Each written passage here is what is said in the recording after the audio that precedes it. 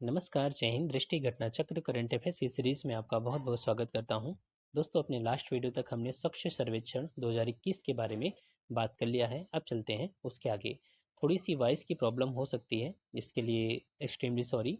इसलिए क्योंकि जो माइक मेरा है ना, वो अभी मेरे पास नहीं है, तो इस वजह से जो नॉर्मल ईयरफोन होता है उसका मैं यूज़ कर रहा हूँ। इस वजह से थोड़ी प्रॉब्लम हो सकती है, लेकिन आगे बहुत ही जल्दी ये रिजॉल्व हो जाएगी प्रॉब्लम। ठीक है। और हाँ, प्लीज़ अगर आपने चैनल सब्सक्राइब नहीं किया तो ज़रूर कर लें, और बेल आइकॉन को प्रेस करना बिल्कुल ना भूलें। और प्लीज़ अगर आप शेयर कर सकते हैं तो ज़रूर शेयर कर दें। ठीक है, चलिए स्टार्ट करते हैं। इसमें हमारा जो पहला पॉइंट है वो कचरा मुक्त शहरों को स्टार रेटिंग प्रोटोकॉल के बारे में है।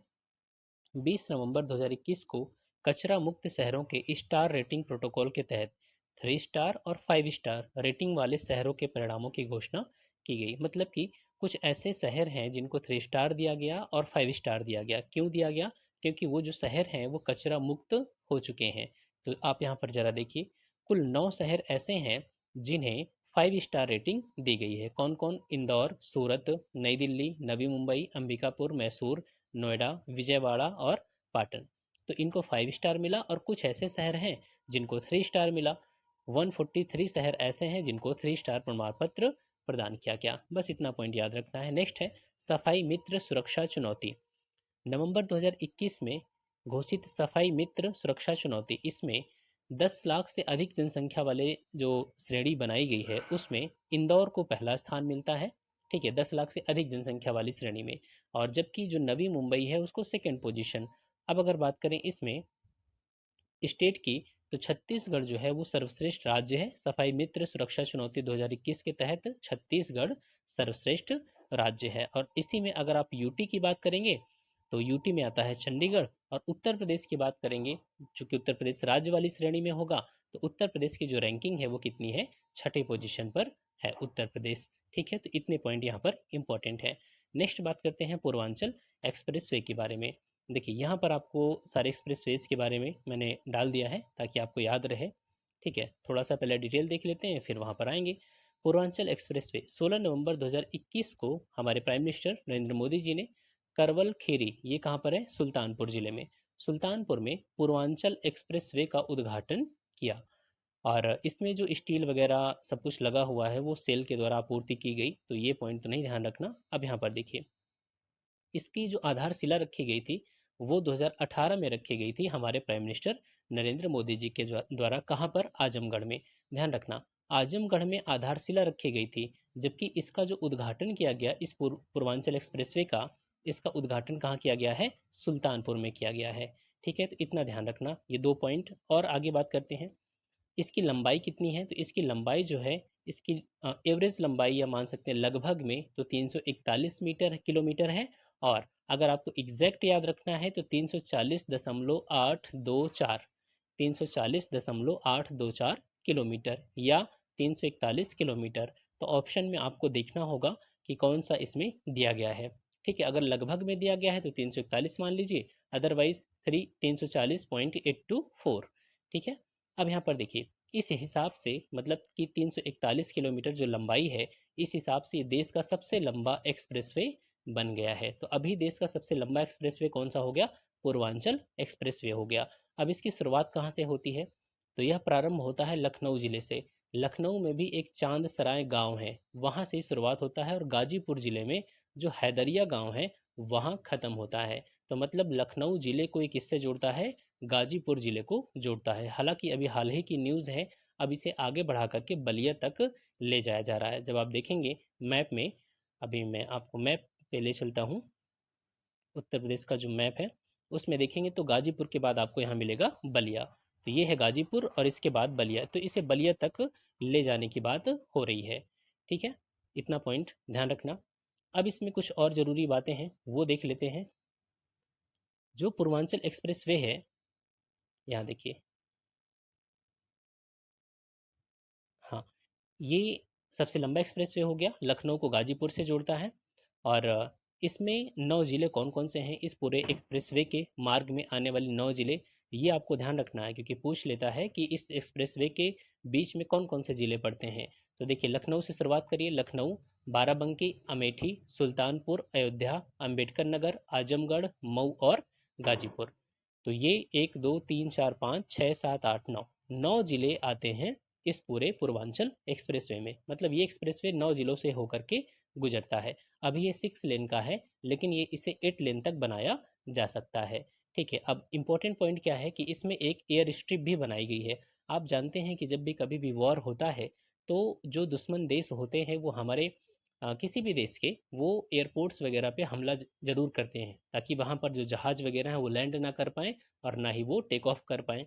तो इस वजह से अब क्या हो रहा है कि जो एक्सप्रेसवेज होते हैं उसमें ही इमरजेंसी लैंडिंग और टेक ऑफ के लिए एयर स्ट्रिप बनाई जाती है। तो इस पूर्वांचल एक्सप्रेसवे में भी 3.2 किलोमीटर लंबी एक हवाई पट्टी बनाई गई है। कहाँ पर? सुल्तानपुर में। तो इसी एयर स्ट्रिप पर मोदी जी जिस विमान से गए थे वो विमान यहीं पर लैंड किया था। ठीक है, ध्यान रखना। और जो लड़ाकू विमान थे वो भी यहाँ पर लैंड किए थे। एयर स्ट्रिप बनने से फ़ायदा क्या होगा कि अगर कभी इमरजेंसी सिचुएशन आती है तो हमारे जो फाइटर प्लेन्स हैं वो यहाँ पर लैंड कर सकेंगे और टेक ऑफ कर सकते हैं। अब इम्पोर्टेंट पॉइंट एक यहाँ पर ये है कि 3 हवाई पट्टियों वाला कौन सा राज्य है भारत का? उत्तर प्रदेश भारत का एक ऐसा राज्य है जहां पर 3 हवाई पट्टियां अब तक बनाई जा चुकी हैं। ठीक है, तो ऐसा करने वाला उत्तर प्रदेश भारत का पहला राज्य है। देखिए, एक एयर स्ट्रिप तो बन गई इस पर पूर्वांचल एक्सप्रेसवे पर। बाकी जो एयर स्ट्रिप है वो कहाँ पर है? तो एक हो गई यमुना एक्सप्रेसवे पर, ये है मथुरा के निकट एयर स्ट्रिप, और दूसरी है आगरा लखनऊ एक्सप्रेसवे पर, ये उन्नाव के निकट बनाई गई है। तो 3 एयर स्ट्रिप बनी है एक्सप्रेसवेज पर, और ये तीनों एयर स्ट्रिप कहाँ पर हैं? उत्तर प्रदेश में है। तो ऐसा करने वाला उत्तर प्रदेश पहला स्टेट बन गया है। ठीक है, अब आप यहाँ पर देख सकते हैं ये उस समय का लोकार्पण की बात है पूर्वांचल एक्सप्रेसवे, और ये है ग्लोब मास्टर से हमारे प्राइम मिनिस्टर नरेंद्र मोदी जी आए हुए थे। ठीक है, तब की तस्वीर है। और यहाँ पर आप देख सकते हैं ये है पूर्वांचल एक्सप्रेसवे। ठीक है, ये पूर्वांचल एक्सप्रेसवे, इसे आगे बलिया तक जोड़ा जाएगा। और यहाँ पर देख सकते हैं आप, फिर इधर यमुना एक्सप्रेसवे वगैरह भी दिया है। अब एक और देखेंगे आप, ये मेरठ से लेकर के प्रयागराज तक, प्रयागराज तक जो है ये गंगा एक्सप्रेसवे के नाम से जाना जाएगा।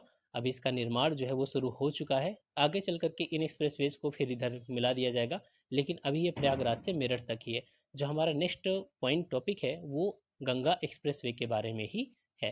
ठीक है, तो ये सारे एक्सप्रेसवेज बन ही रहे हैं, बहुत सारे तो ऑपरेशनल हैं, जैसे कि यमुना एक्सप्रेसवे, आगरा लखनऊ एक्सप्रेसवे, ये सब चल रहे हैं। पूर्वांचल एक्सप्रेसवे का उद्घाटन हो ही चुका है। अब जो चल रहा है निर्माण वो है गंगा एक्सप्रेसवे। तो अब जो हमारा नेक्स्ट टॉपिक होगा वो है गंगा एक्सप्रेसवे। 18 दिसंबर 2021 को हमारे प्राइम मिनिस्टर नरेंद्र मोदी जी ने शाहजहांपुर में, कहाँ पर? शाहजहांपुर में गंगा एक्सप्रेसवे की आधारशिला रखी, मतलब नींव रखी। ठीक है, यह जो एक्सप्रेसवे है पश्चिमी यूपी को पूर्वी यूपी से जोड़ देगा, क्योंकि अगर आप देखेंगे मेरठ जो है वो पश्चिमी यूपी में आ गया, और प्रयागराज जो है वो पूर्वी उत्तर प्रदेश में आ जाता है। इसकी लंबाई कितनी होगी? तो इसकी लंबाई लगभग 594 किलोमीटर की होगी। अगर आप एग्जैक्ट याद रखना चाहते हैं तो ये है 593.947 किलोमीटर। ये भी 6 लेन का बनेगा और 8 लेन तक इसे बढ़ाया जा सकेगा। शुरुआत कहाँ से होती है? तो मेरठ जिले के बिजौली गांव से शुरुआत होगी, और प्रयागराज जिले के जुड़ापुर दांडू गांव पर ये खत्म होगा। ठीक है, निर्माण तो यूपीडा के द्वारा ही किया जा रहा है, यूपीडा के द्वारा। अब यहाँ पर देखिए, ये जो एक्सप्रेस वे है ये उत्तर प्रदेश के 12 जिलों से होकर के गुजरेगा। कौन कौन से जिले हैं? मेरठ, हापुड़, बुलंदशहर, अमरोहा, संभल, बदायूं, शाहजहांपुर, हरदोई, उन्नाव, रायबरेली, प्रतापगढ़ और प्रयागराज। दो तो याद ही होने चाहिए, मेरठ और प्रयागराज। अब आप जिस भी जिले से बिलोंग करते हैं तो उसके आसपास सटे हुए इलाके याद रख सकते हैं। जैसे मान लीजिए कि आप हरदोई से बिलोंग करते हैं तो हरदोई के आसपास के जिले भी आप जानते होंगे। ठीक है, नहीं तो आप इसको एक बार मैप में देख लेंगे तो भी याद हो जाएगा, या कोई ट्रिक बना सकते हैं। जब 12 जिले हैं तो 12 जिलों को याद करने की कोई ट्रिक बनाई जा सकती है। ठीक है, तो उस तरीके से आप इसको याद कर लीजिए। और हाँ बस ठीक है, इतना हो गया। अब देखिए, ये जो एक्सप्रेस वे है इसकी कॉस्ट कितनी है? 36,200 करोड़ रुपए की। और बनने के बाद यह यूपी का सबसे बड़ा, सबसे लंबा एक्सप्रेस वे बन जाएगा। बनने के बाद, क्योंकि इसकी लंबाई कितनी है? इसकी लंबाई तो पूर्वांचल एक्सप्रेसवे से भी बहुत ज़्यादा है। ठीक है, तो 593, लगभग 594 किलोमीटर का है। और जो पूर्वांचल एक्सप्रेसवे है वो तो 341 किलोमीटर ही है, तो इसकी लंबाई तो बहुत ज़्यादा है। ठीक है, और यहाँ पर क्या होगा, ये जो एक्सप्रेसवे है, एक इंडस्ट्रियल कॉरिडोर भी बनाया जाएगा इसी के साथ साथ, ताकि जो औद्योगिक गतिविधियाँ हैं वो भी होती रहे, रोजगार भी पैदा हो और जीडीपी में भी वृद्धि हो। नेक्स्ट टॉपिक है स्मार्ट पुलिसिंग सूचकांक 2021 के बारे में। स्मार्ट पुलिसिंग सूचकांक, ये जो है सूचकांक भारतीय पुलिस फाउंडेशन के द्वारा जारी किया गया। किसके द्वारा? भारतीय पुलिस फाउंडेशन।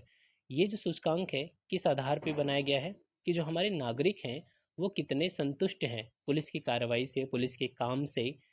ठीक है, अगर 10 का स्कोर 10 की ओर जाता है तो मतलब नागरिक ज़्यादा संतुष्ट हैं, और 0 तक है तो संतुष्टि बहुत ही कम है। अब इस आधार पर अगर आप देखें तो सबसे कम स्कोर किसको मिला है? बिहार को मिला है। सबसे कम स्कोर किसको मिला? बिहार को। और उत्तर प्रदेश की स्थिति क्या है? तो उत्तर प्रदेश की स्थिति भी बहुत अच्छी नहीं है। बिहार से जस्ट ऊपर ही उत्तर प्रदेश है, 28वें नंबर पे यूपी है और 29वें नंबर पे बिहार है। ठीक है, तो नागरिक जो संतुष्ट हमारे नहीं है यूपी पुलिस, बिहार पुलिस, इन सब से। बाकी आप और पूरा स्कोर देख सकते हैं। अब अगर हम बात करें तो फर्स्ट नंबर पे कौन है? तो फर्स्ट नंबर पे है आंध्र प्रदेश। आंध्र प्रदेश का स्कोर काफ़ी अच्छा है, 10 में से 8.11 इसे स्कोर मिला है। फिर तेलंगाना, फिर असम, फिर केरल। ठीक है, तो इस तरीके से आप ऊपर के 4-5 याद रखिए, आंध्र, तेलंगाना, तो ऐसे याद रख सकते हैं कि आंध्र से ही तेलंगाना अलग हुआ है। ठीक है, और फिर असम और केरल, ये 4 हो गए, और लास्ट के तो पता ही हैं, बिहार और उत्तर प्रदेश।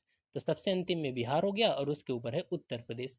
तो ये हो गया स्मार्ट पुलिसिंग सूचकांक 2021 के बारे में। क्लियर? नेक्स्ट है प्रधानमंत्री पोषण शक्ति निर्माण योजना।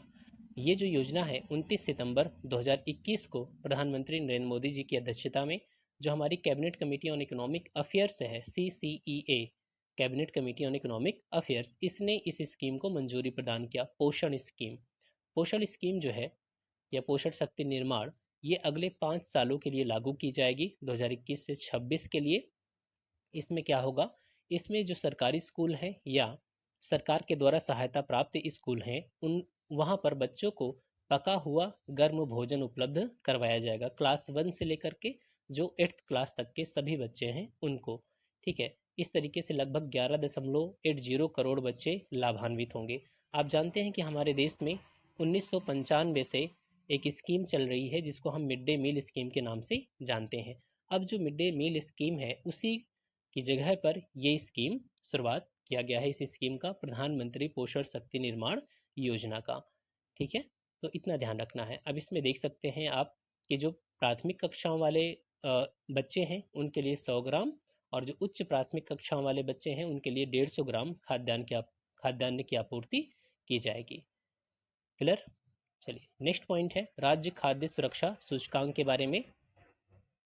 जो राज्य खाद्य सुरक्षा सूचकांक है, स्टेट फूड सेफ्टी इंडेक्स, ये किसके द्वारा जारी किया गया? तो ये food safety and standards authority of India, भारतीय खाद्य सुरक्षा और मानक प्राधिकरण, इसके द्वारा जारी किया जाता है। और ये तीसरा संस्करण है।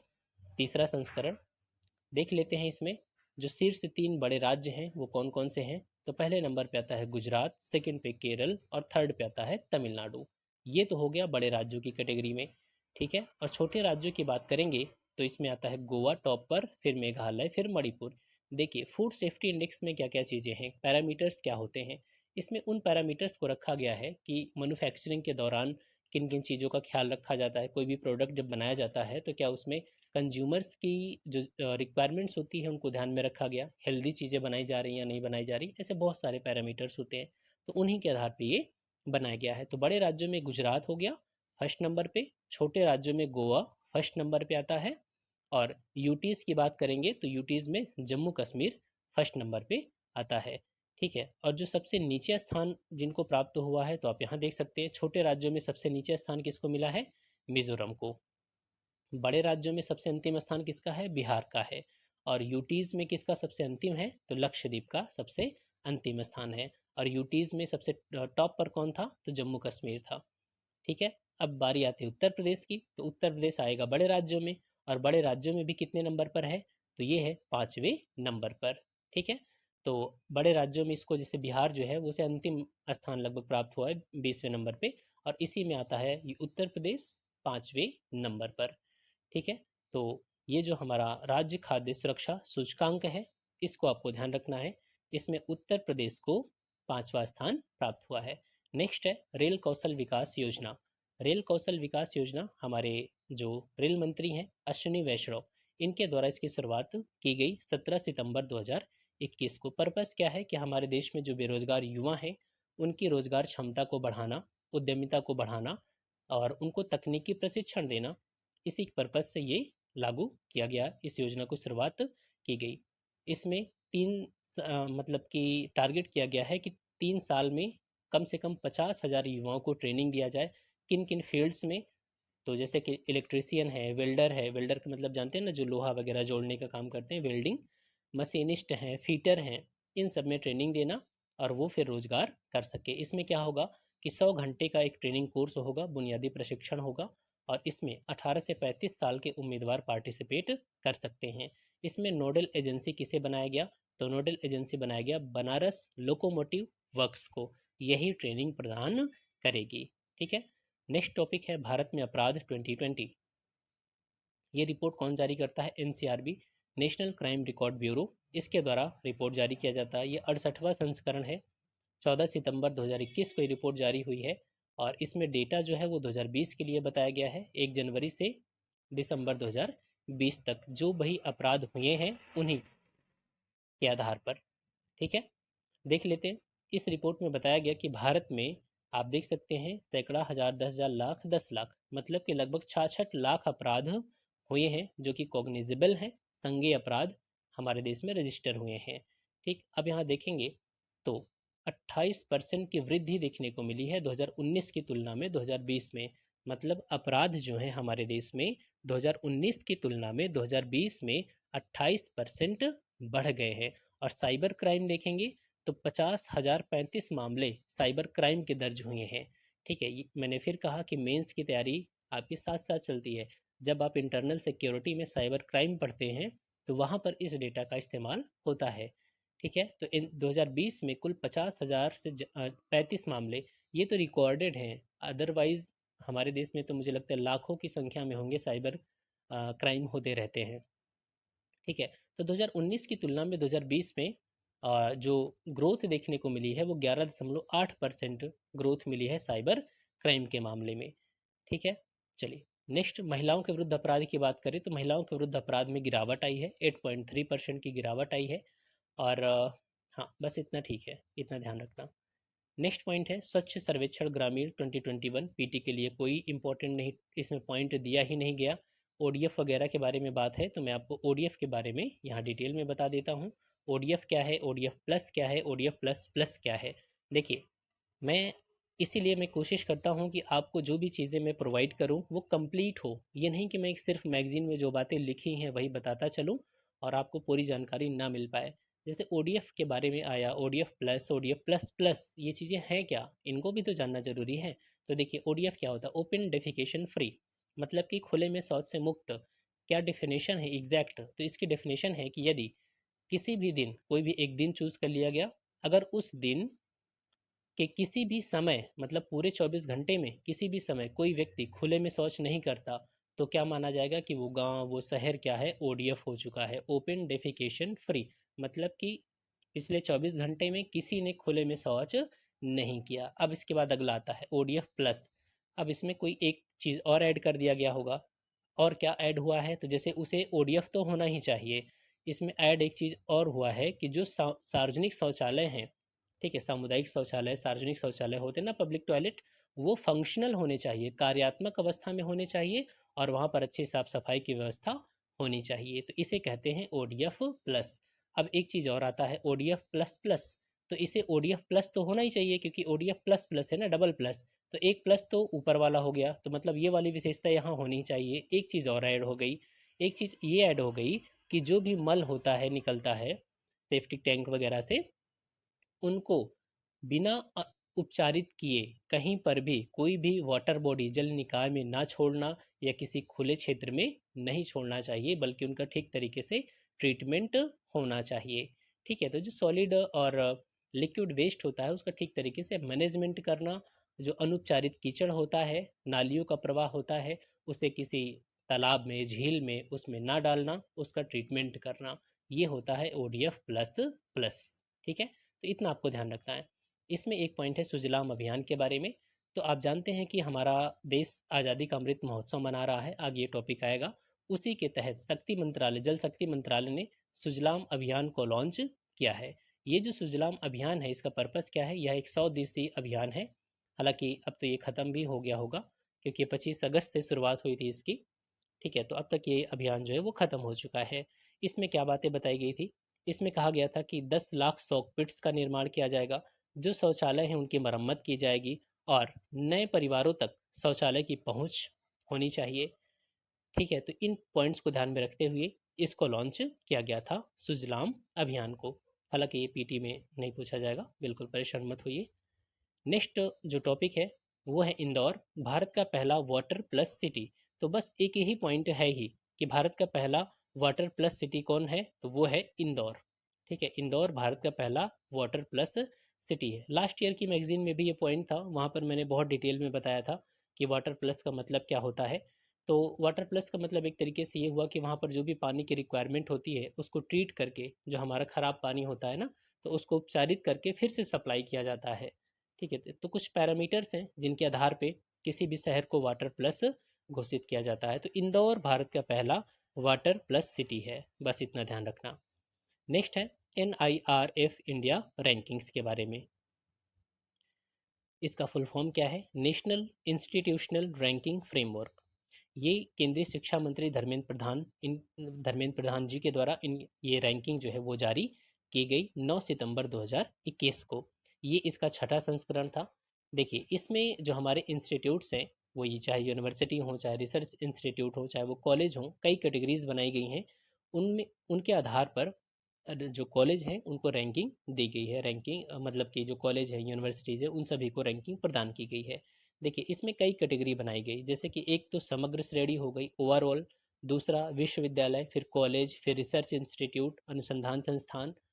ठीक है, तो इन आधारों पे कैटेगरी बनाई गई। इसके अलावा डिसिप्लिन वाइज भी बनाई गई है, जैसे कि इंजीनियरिंग में, मैनेजमेंट में, फार्मेसी में, लॉ में, चिकित्सा में, आर्किटेक्चर में, डेंटल में संस्थानों को रैंकिंग दी गई है। अब हमें यही समझना है। देखिए, और एक पॉइंट यहाँ पर है कि पहली बार किसी रिसर्च इंस्टीट्यूट को भी इस पूरे रैंकिंग में शामिल किया गया है। ठीक है, चलिए अब समझ लेते हैं। पैरामीटर्स याद रखने की ज़रूरत नहीं है। सबसे पहला आता है पॉइंट, देखिए ओवरऑल कैटेगरी। पहला हम उठाएंगे किसका? ओवरऑल कैटेगरी में। तो जो ओवरऑल कैटेगरी है उसमें IIT मद्रास टॉप पर है, IIT मद्रास। और सेकंड स्थान पे आता है भारतीय विज्ञान संस्थान, इंडियन इंस्टीट्यूट ऑफ साइंस, जो कि बेंगलुरु में है।